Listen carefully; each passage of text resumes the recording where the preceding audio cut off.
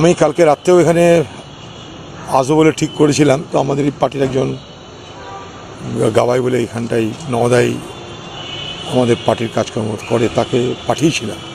তখন যে আহত হয়েছে সে অপারেশন থিয়েটারে ছিল, ফলে কালকে রাত্রে আর আসার সুযোগ হয়নি। আজকে এলাম, এখনও পর্যন্ত শুয়ে আছে, ঘুমিয়ে আছে। যাও, তাদের পরিবারের লোকরা আছে, তাদের সঙ্গে কথা বললাম। তারা বললো যে মানে আর বিপদের বাইরে আছে, এরকম বললো আর কি।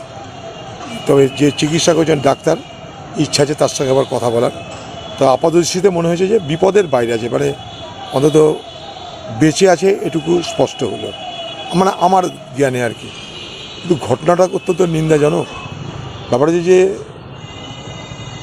সর্বাঙ্গপুর একটা শান্ত জায়গা, সেখানে মানুষের উৎসব পার্বণ পরব আশেপাশে সব জায়গাতেই হয়।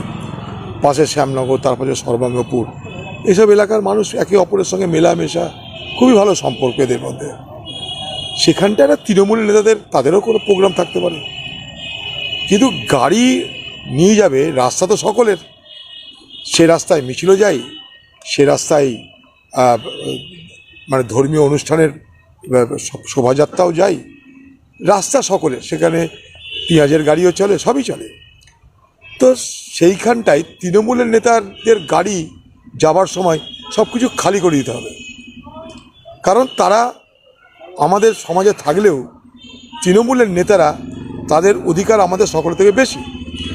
তাই তাদের জন্য রাস্তা খালি করে দিতে হবে। খালি করাতে রাস্তা দেরি, সঙ্গে সঙ্গে চলেছে গুলি।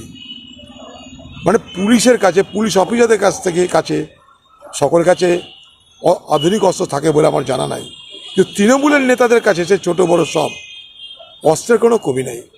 কতগুলো সাধারণ মানুষের উপরে গুলি চালিয়ে একজনকে আহত করে কি বাহাদুরি দেখিয়েছে আমার জানা নাই। কিন্তু আমি প্রশাসনকে বলতে চাই, কালকেও বলেছি, যে যারা দোষী, যারা অপরাধী, তাদেরকে যেন গ্রেপ্তার করা হয় এবং তাদেরকে যথাযোগ্য শাস্তি দেওয়া হয়। এবং পাশাপাশি সেইখানকার সব ধর্মের মানুষ, সব বর্ণের মানুষ, সব সম্প্রদায়ের মানুষের কাছে আমার একটাই বক্তব্য থাকবে, যে এই ঘটনাকে নিয়ে আমরা যেন খামোখা সাম্প্রদায়িক উত্তেজনার শিকার না হই, কারণ সাম্প্রদায়িক উত্তেজনা তৈরিরও চেষ্টা হতে পারে। আমরা যেন বিষয়টাকে একটা অপরাধ হিসাবে দেখি এবং অপরাধীর বিরুদ্ধে আমরা যেন আমাদের কথা বা আমাদের প্রতিবাদ করতে থাকি।